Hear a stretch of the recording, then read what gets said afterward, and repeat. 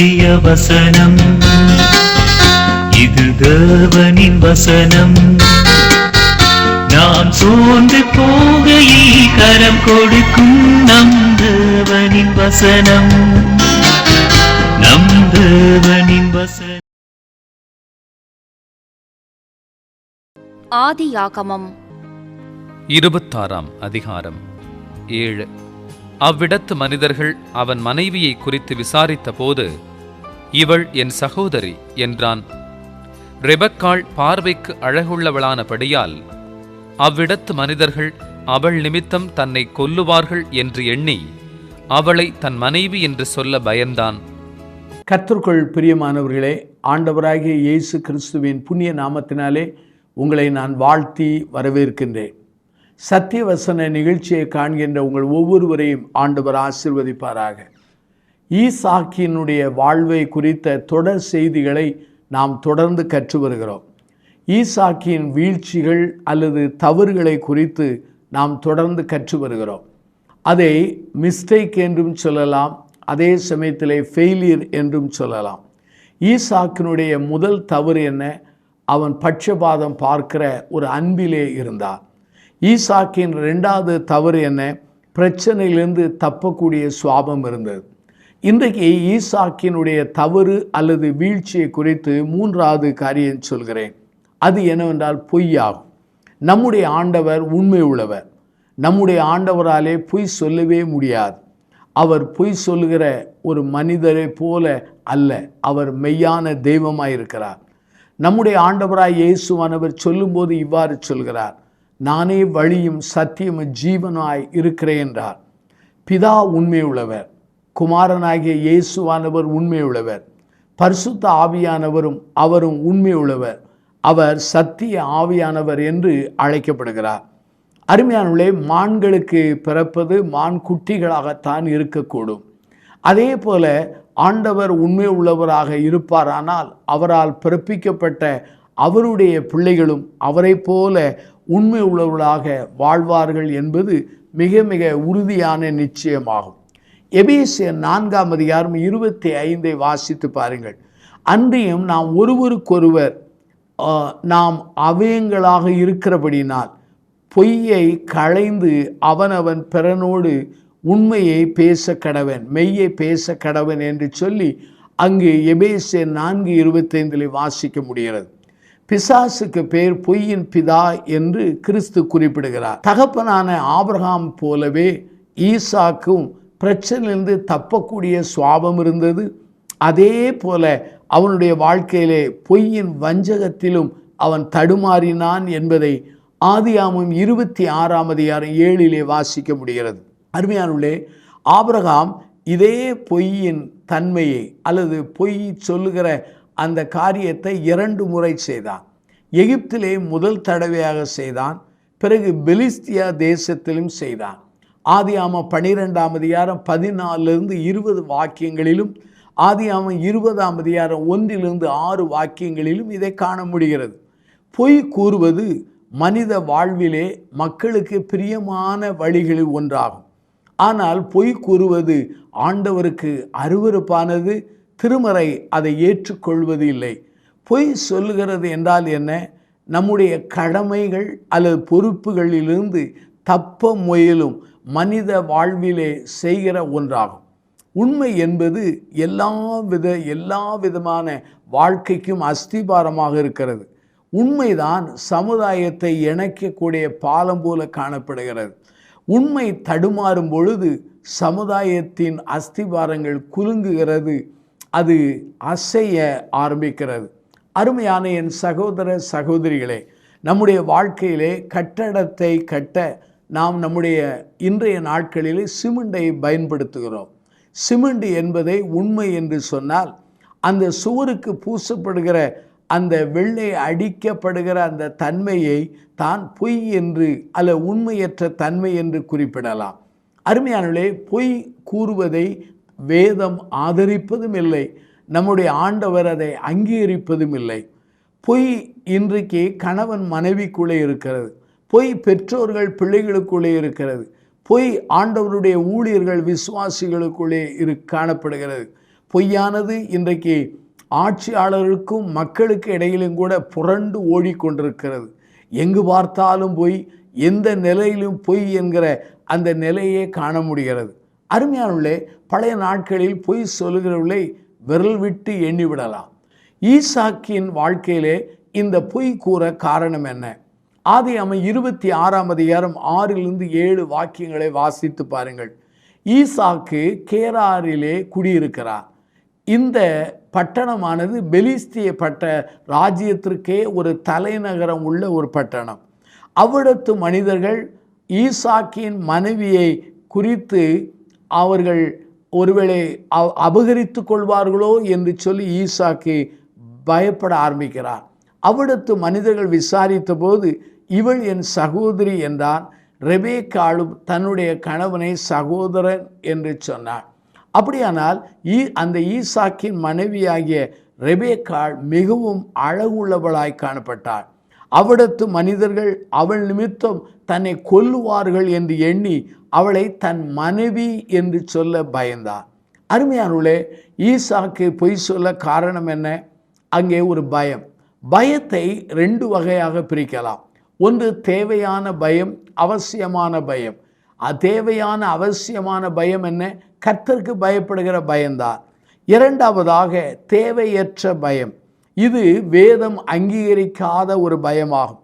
தேவையற்ற பயமானது இன்றைக்கு மக்கள் மத்தியிலே நீண்டு கொண்டே போகிறது. அருமையான என் சகோதர சகோதரிகளே, அந்த பட்டியலை நான் விவரிக்க விரும்புகிறேன். மனித பயம், மரண பயம், ஏன் பிசாசுகளை குறித்து, அசுத்தாவிகளை குறித்த பயம், உயர் அதிகாரங்களை குறித்த பயம் என்று இந்த பட்டியலானது நீண்டு கொண்டே போகிறது. ஈசாக்கின் பயத்துக்கு 2 காரணங்கள். முதல் காரணம் என்ன? ரெபேக்காளை அபகரித்து கொள்வார்களோ என்ற பயம். இதற்கு காரணம் என்னவென்றால், ரெபேக்காள் பார்வைக்கு மிகவும் அழகானவள். 2வது, அபகரித்து கொள்வதற்கு முன்பாக தன்னை கொண்டு போடுவார்கள் என்கிற மரண பயத்தினாலே மனைவி என்று கூற அவன் பயப்பட ஆரம்பிக்கிறான். ஆதியாகமம் 26ஆம் அதிகாரம் 9 பாருங்கள். அவள் நிமித்தம் நான் சாகாதபடிக்கு இப்படி சொன்னேன். மனைவியை சகோதரி என்று கூறுவதும் கணவனை சகோதரன் என்று கூறுவதும் பொய்தானே. பொய்க்கு எவ்வளவு விளக்கம் கூறினாலும் பொய்தான் என்பதை ஒத்துக்கொள்ள அழைக்கப்படுகிறோம். ஒருவேளை விஷத்திற்கு மேலே நாம் தேனென்று எழுதினாலும் அந்த விஷத்தின் தன்மை மாறுமா? மாறவே மாறாது. அதே போலத்தான் பொய்தான். பழைய காலங்களிலே அங்கே கெட்டிக்காரன் பொய் 8 நாளைக்கு என்று சொல்வார்கள். இன்றைக்கு 8 வினாடி கூட அந்த பொய் நிற்காத அளவிற்கு மாறிவிட்டது. அருமையானவர்களே, இந்த ஈசாக்கு சொன்ன அந்த பொய்யானது நீண்ட காலம் அது எடுபடவில்லை.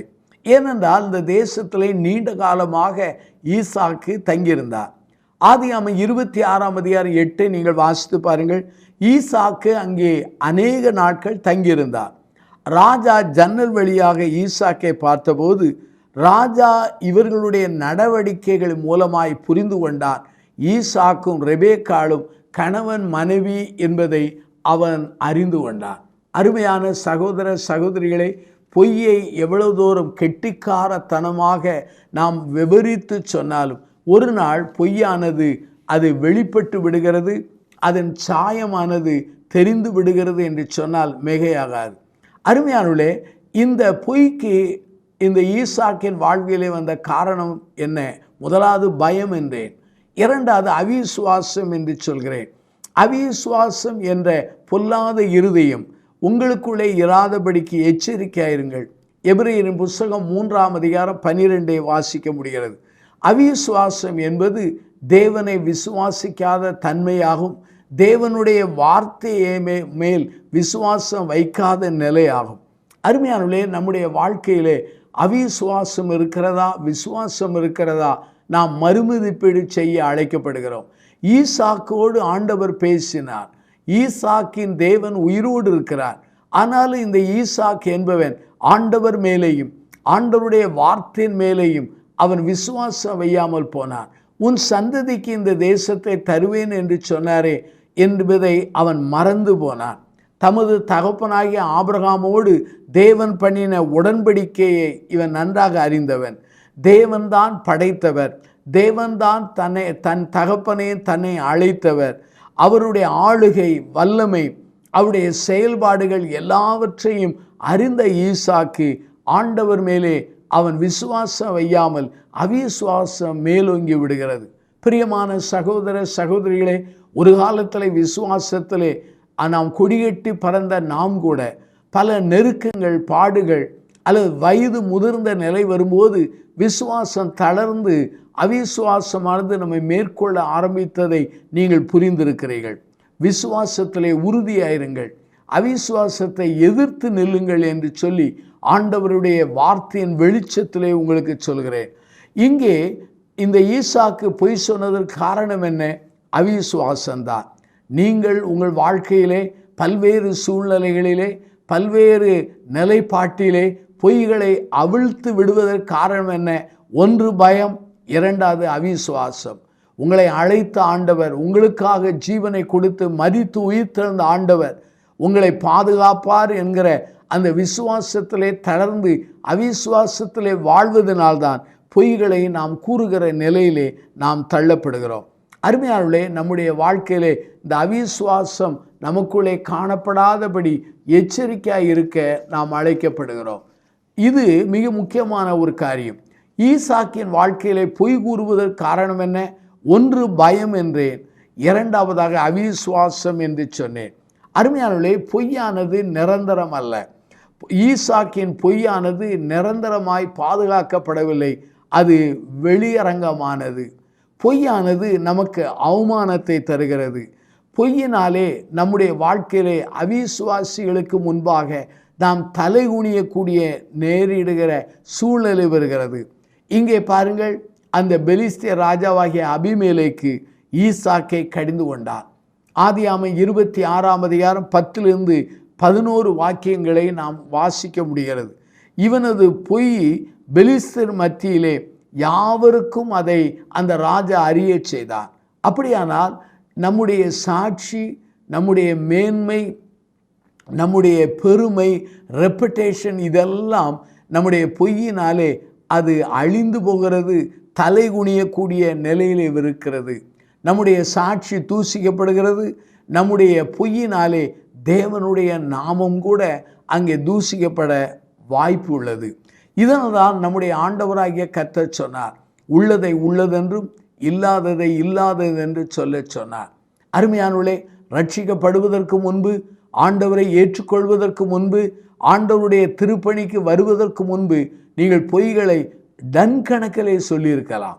ஆனால் ஆண்டவரை ஏற்றுக்கொண்ட பிற்பாடு, அவருடைய திருப்பணிக்கு நீங்கள் வந்த பிற்பாடு, அவருடைய பரிசுத்த ஆவினாலே ஆளப்பட்ட பிற்பாடு, அல்லது தேவன் உங்களை பயன்படுத்தும் போது உங்கள் வாழ்க்கையிலே பொய் எந்த அளவுக்கு இருக்கிறது என்பதை ஒவ்வொரு நாளும், ஒவ்வொரு சனத்திலும் நம்மை அறிந்து கொள்ள, ஆராய்ந்து பார்க்க அழைக்கப்படுகிறோம். இது மிக முக்கியமான ஒரு காரியமாகும். நம்முடைய வாழ்க்கையிலே பல்வேறு நிலைகளிலே பொய்களை நாம் கூற ஆரம்பிக்கிறோம். நம்முடைய ஜீவியத்திலே பிறரை காப்பாற்ற பொய் சொல்லுகிறோம், நம்மை காப்பாற்ற பொய் சொல்லிவிடுகிறோம். நம்முடைய வாழ்க்கையிலே அநேகர் என்னிடத்தில் சொல்லியிருக்கிறார்கள், நம்முடைய வாழ்க்கையிலே சின்னானது, அது பாவமானது, பாவத்திலே நான் நிலைத்திருந்தால் நான் நீண்ட காலம் எதிர்பார்த்த அந்த ஆவலெல்லாம் நிறைவேறி விடுகிறது என்று சொல்கிறார்கள். அருமையானவர்களே, பாவத்திலே அல்ல பொய்யிலே நிலைத்திருந்தால் சில சமயங்களிலே உங்கள் ஆவல்கள், ஆசைகள், விருப்பங்கள் நிறைவேறலாம். ஆனால் அதனுடைய முடிவு என்ன? அவமானம். பிறராலே நீங்கள் கடிந்து கொள்ளப்படுவீர்கள். பிற ஆண்டவரை அறியாத மனிதர்களுக்கு முன்பாக தலை குனியக்கூடிய நிலை நேரிடும். ஆகவே பாவம் என்பது நம்முடைய வாழ்க்கையிலே இன்றைக்கு இனிமையாக இருந்தாலும், பொய் என்பது நம்மை பாதுகாக்கிற ஒரு ஆயுதம் போல் இருந்தால், ஒரு காலகட்டத்திலே இது நம்மை அழித்துவிடும், நம்மை அவமானத்துக்குள் கொண்டு வந்து விடும், நம்முடைய சாட்சியை கெடுத்துவிடும் என்பதை நீங்கள் மறந்து போக வேண்டாம். அநேகர் என்னிடத்தில் சொல்கிற இன்னொரு செய்தி என்ன தெரியுமா? நம்முடைய வாழ்க்கையிலே அநேக காரியங்களுக்கு ஒத்து போகும் பொழுது நம்முடைய வாழ்க்கையிலே விலைக்கிரயம் கொடுக்க வேண்டாம் என்று எண்ணுகிறார்கள். இதை நான் விளக்க விரும்புகிறேன். பொய் சொல்வதினாலே நாம் அநேக பிரச்சனைகள், ஆபத்துகள், இழப்புகள், நஷ்டங்கள் அடைய வாய்ப்பில்லை என்கிறார்கள். அருமையானவர்களே, கிறிஸ்துவை ஏற்றுக்கொள்வது எளிது. ஆனால் கிறிஸ்துவுக்காக வாழும் பொழுது விலக்கிரயம் கொடுக்க வேண்டும். இந்த இடத்துல ஈசாக்கு தன்னுடைய பயத்தினாலும் அவிசுவாசத்தினால்தான் அவன் பொய் சொல்ல ஆரம்பித்ததை இந்த திருமுறையிலே நாம் அறிந்து கொள்ள முடிகிறது. அருமையான சகோதர சகோதரிகளே, நம்முடைய ஜீவியத்தை நாம் ஆராய்ந்து பார்ப்போம். நம்முடைய வாழ்க்கையை நாம் அலசி பார்க்க அழைக்கப்படுகிறோம். தேவனுடைய வார்த்தையானது பொய் என்று சொல்லி பிசாசு சொல்வான்.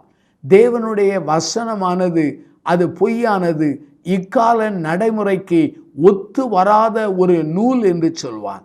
அருமையானவர்களே, என்னுடைய நீண்டகால அனுபவத்திலிருந்து சொல்கிறேன், மனித வார்த்தைகள் பொய்யானது, மனித உபதேசங்கள் அது நிலைத்திராத தன்மை உள்ளது. ஆனால் தேவனுடைய வார்த்தையானது அது உண்மை உள்ளது. அது எல்லா காலத்திற்கும், எல்லா சமுதாயத்திற்கும், எல்லா தலைமுறைக்கும் அது ஒத்து வருகிற ஒரு செய்தியாக இருக்கிறது. தேவனுடைய வார்த்தையிலே நீங்கள் பொய்யை காண முடியாது. தேவனுடைய வார்த்தையிலே கபடத்தை நீங்கள் காண முடியாது. தேவனுடைய வார்த்தையிலே மாற்றி மாற்றி பேசுகிற அந்த புரட்டுத்தன்மை காணப்பட முடியாது. ஆகவே பிசாசானவன் தேவனுடைய வார்த்தை பொய் என்று சொல்வான். அதற்கு செவிகொடாமல் இருங்கள். அநேகர் தங்களுடைய வாழ்க்கையிலே இந்த பொய்க்கு அவர்கள் இணங்குறதுனாலே கீழ்ப்படியாமையிலே அவர்கள் வாழ ஆரம்பிக்கிறார்கள் என்று சொல்கிறேன். அருமையானவர்களே, கீழ்ப்படியாமை என்கிற அந்த காரியத்திலும் நம்முடைய வாழ்க்கையிலே அநேக ஏமாற்றங்கள், அங்கே வீழ்ச்சிகள் வர காரணமாக இருக்கிறது. ஆகவே நம்முடைய ஜீவியத்தை சிந்தித்து பார்ப்போம். தேவனுடைய வார்த்தையும் தேவனாகிய கர்த்தரும் நம்மை உண்மை பேச சொல்கிறார். ஆனால் நாம் பொய் சொல்லுவோமானால் தேவனுடைய வார்த்தைகளுக்கும் தேவனுடைய சித்தத்துக்கும் நாம் கீழ்ப்படியாமல் போகிறோம் என்பதுதான் பொருளாகும். இன்றைக்கு அநேகர் மிகைப்படுத்தி கூறுகிறார்கள். இந்த மிகைப்படுத்தி கூறுவதும் ஒரு விதமான பொய் தான். ஒருவேளை 50 பேர் வந்திருக்கிற கூட்டத்தை 5000 பேர் வந்த கூட்டம் என்றும் சிலர் சொல்வது உண்டு. சிலரோ ஆண்டவர் சொல்லாததை சொன்னார் என்றும், ஆண்டவர் வெளிப்படுத்தாததை வெளிப்படுத்தினார் என்றும், ஆண்டவர் காண்பிக்காததை காண்பித்தார் என்றும், ஆண்டவர் தராத திட்டங்களை எல்லாம் ஆண்டவர்தான் தந்தார், என்னோடு பேசினார் என்று சொல்வதும் அது ஒரு விதமான ஆவிக்குரிய பொய் தான். ஆகவே நம்முடைய வாழ்க்கையிலே மிகுந்த எச்சரிக்கையாக இருக்க வேண்டும். வெளிப்படுத்தல் 21ஆம் அதிகாரம் 8 வாசித்து பாருங்கள். பொய்யர்கள் அனைவரும் 2ஆம் மரணமாகிய அக்னியும் கந்தகமும் எரிகிற கடலிலே பங்கு அடைவார்கள் என்று தேவனுடைய வார்த்தை சொல்கிறது. ஆகவே பொய்யர்கள் தேவனுடைய ராஜ்யத்திற்குள்ளே நுழைய வாய்ப்பில்லை என்பதை இந்த திருமறையிலிருந்து நாம் புரிந்து கொள்ள முடிகிறது. அப்படியானால் தேவனுக்கும் நமக்குள்ள உறவிலே, மனிதர்களுக்கும் நமக்குள்ள உறவிலே, அல்லது நம்முடைய உலக வாழ்க்கையிலே, குடும்ப வாழ்விலே, ஊழியத்தின் பாதையிலே நம்முடைய ஜீவியம் எப்படி இருக்கிறது? இந்த ஈசாக்கின் பொய்யினால் அவன் கடிந்து கொள்ளப்பட்டான். பிற்காலத்திலே அவன் பொய் கூறியதாக திருமறையிலே காணப்படவில்லை. ஆகவே வீழ்ச்சி அடைந்திருந்தாலும் வீழ்ச்சியிலிருந்து எழுந்திருக்க ஆண்டவர் உங்களுக்கு கரம் கொடுப்பாராக. உங்களுக்காக நான் பிரார்த்தனை செய்ய விரும்புகிறேன். கண்களை மூடி நாம் ஜெபம் செய்வோம். அன்பின் பிதாவே, இந்த அருமையான நாளுக்காக நாங்கள் நன்றி சொல்கிறோம். இந்த செய்தியை கேட்ட ஒவ்வொரு மக்களையும் ஆசீர்வதித்தாரும். அநேக சமயங்களிலே நாங்கள் பொய்களை பேசி எங்களை தப்புவிக்க பிரயாசப்பட்டிருக்கிறோம். எங்களை மன்னிக்கும்படி செபிக்கிறோம். நாங்கள் ஆண்டவரை ஏற்றுக்கொண்ட பிள்ளைகளாக இருக்கிற நாங்கள் பொய்களுக்கு விலகி ஓட எங்களுக்கு உம்முடைய வல்லமையான பலனையும் கிருபையும் எங்களுக்கு தாரும். ஈசாக்கின் வாழ்க்கையிலே பயத்தினாலும் அவிசுவாசத்தினாலும் ஒரு விதமான கீழ்ப்படியாமையினாலும் அவன் வாழ்க்கையிலே பொய்யிலே அவன் பேசியதை அறிந்திருக்கிறோம். எங்கள் வாழ்க்கையிலே இதிலிருந்து பெரிய விடுதலையை தாரும். இந்த செய்தியை கேட்டு அர்ப்பணித்த மக்களை ஆசீர்வதியும். இயேசுவின் நாமத்தில் செபிக்கிறோம் ஜீவனுள்ள பிதாவே.